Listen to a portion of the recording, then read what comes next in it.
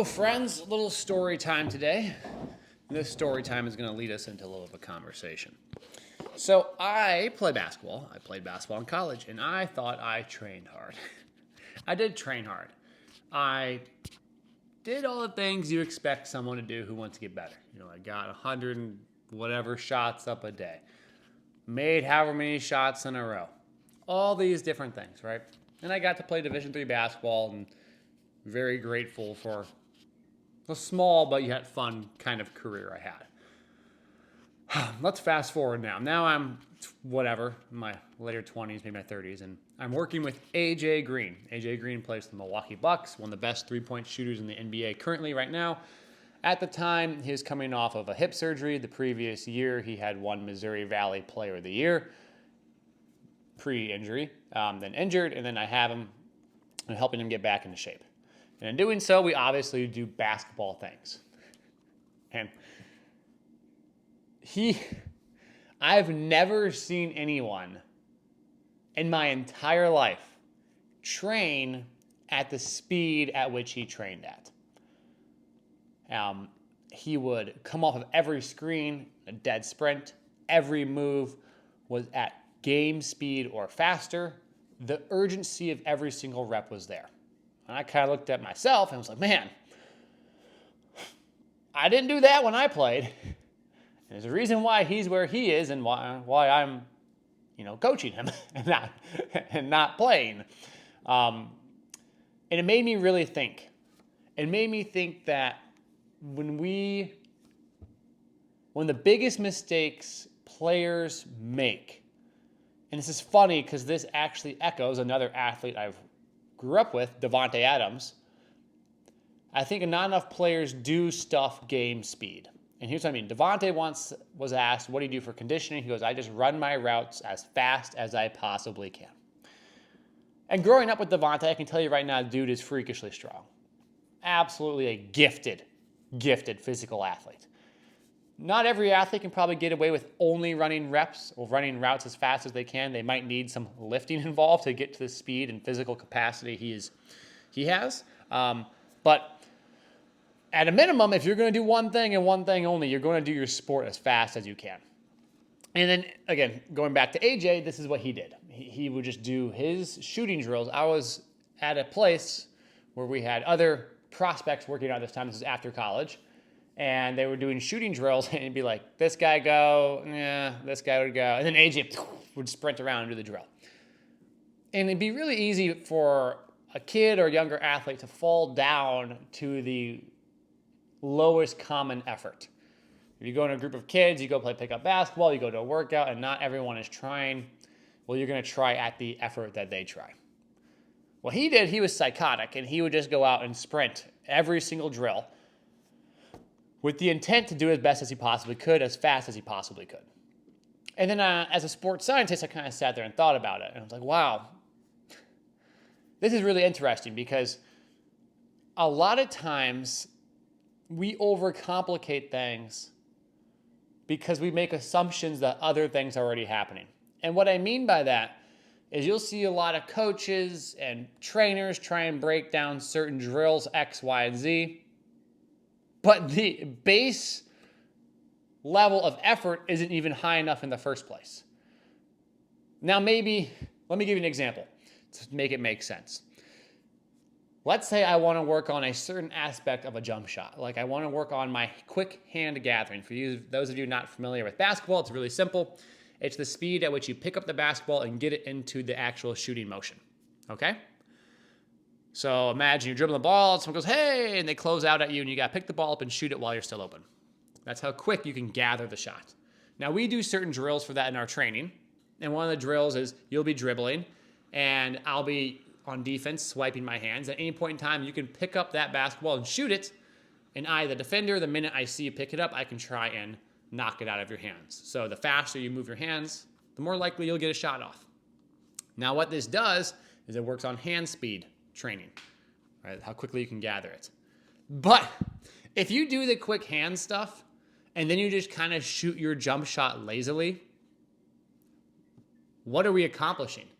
The most obvious example of this is you'll see lots of kids go to the gym and they'll do whatever fancy dribble move. They'll get to their spot for their jump shot, and they'll just shoot it unbelievably lazily. Like they'll just kind of shoot the ball. And me, myself, I can remember myself doing this.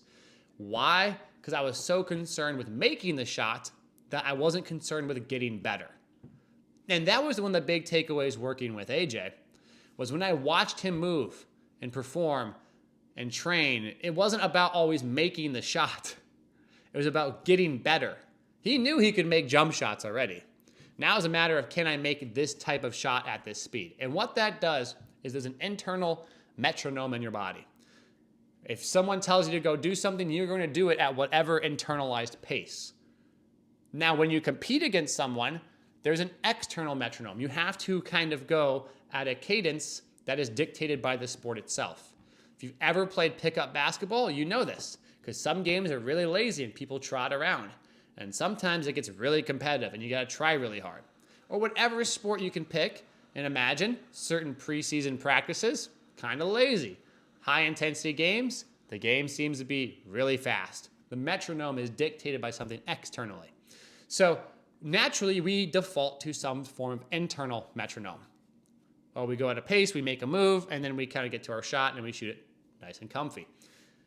Now, what I encourage is that we challenge ourselves to get into a state where we are at least moving at a speed that is pressured, that is urgency-like of that external metronome. So you might make a high-speed move.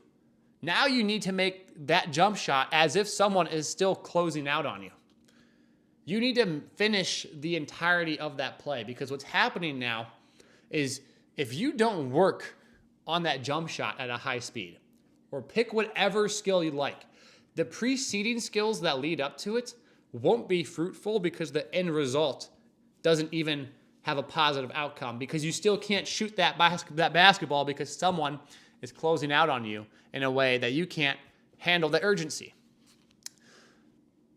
And so mentally, there's a battle you have to go through to get to this point. But physically, it's really important as well, because when we go at these speeds, we develop certain physical capacities associated with it. A really easy example is I've worked with athletes of varying ages, and sometimes you work with a younger athlete, they're really used to going at a comfortable speed. And so when you tell them to do something really fast and then shoot the basketball, by the time they go shoot the basketball, they either can't shoot it, they're toppling over, or whatever. In other words, there's a discrepancy between the speed at which they can run and the speed at which they can convert that into a skill in sport. When I work with higher level athletes, this differentiation starts to disappear. For example, with AJ, I've seen him sprint off of a screen at full speed and immediately stop into a jump shot. Full speed sprint. I've seen a lot of younger kids who haven't tied these pieces together because they don't practice it like this, sprint full speed, and then when they get the ball, they have to take an extra dribble. They have to take some sort of gather steps to slow down because they don't have the physical capacity to match their acceleration. And the reason why is because they've been accelerating this whole time, and then they casually decelerate and stop into a jump shot. So what does this mean for basketball? Well, I might be able to get my space, run away from someone, dribble the basketball, but then I can't actually get the shot off because I can't slow myself down. This happens throughout all sports. Watch a shortstop. If you have an overly mechanical shortstop, they will sprint to the ball, they'll field it, and then they'll have to totally reset their body to throw the ball.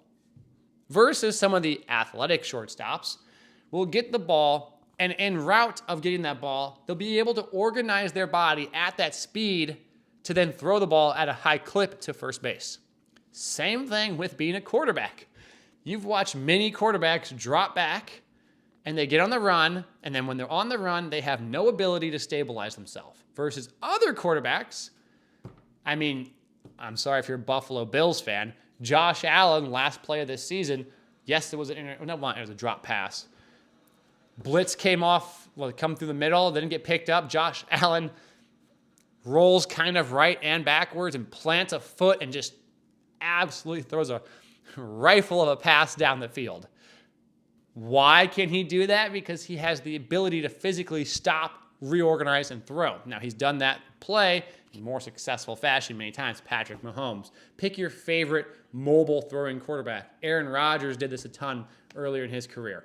Very mobile and able to organize himself rapidly. Other quarterbacks, when they run, they then have to come to a complete stop and throw the ball.